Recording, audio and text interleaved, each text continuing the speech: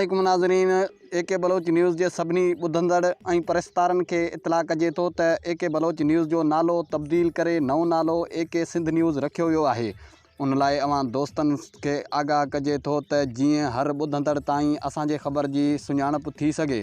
यादि रहे त ही नालो AK बलोच न्यूज़ जे चीफ एडिटर अता मोहम्मद बलोच, ब्यूरो चीफ जावेद हुसैन कलोई, नवाबशाह जे सीनियर सहाफ़ी तालिब हुसैन रिंद ऐं रुकन बुरड़ा जे नायब सदर प्रेस क्लब जमाल बुगटी, झंडोमरी जे रिपोर्टर रहीम ख़ासकेली ऐं कराची में असांजे प्यारे दोस्त अब्दुल सत्तार ओठे जे तावन सां AK बलोच न्यूज़ जो नओं नालो AK सिंध न्यूज़ मुतारिफ़ कयो वियो आहे।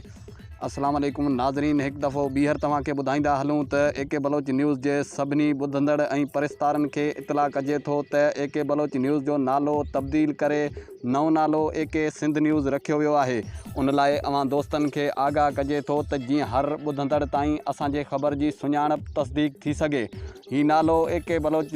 न्यूज़ जे चीफ एडिटर अता मोहम्मद बलोच, ब्यूरो चीफ जावेद हुसैन कलोई, नवाबशाह जे सीनियर सहाफ़ी तालिब हुसैन रिंद ऐं रुकन बुरड़ा जे प्रेस नायब सदर जमाल बुगटी, झंडोमरी जे रिपोर्टर रहीम ख़ासकेली ऐं कराची में असांजे प्यारे दोस्त अब्दुल सत्तार ओठे जे तावन सां AK बलोच न्यूज़ जो नओं नालो AK सिंध न्यूज़ मुतारिफ़ कयो वियो आहे।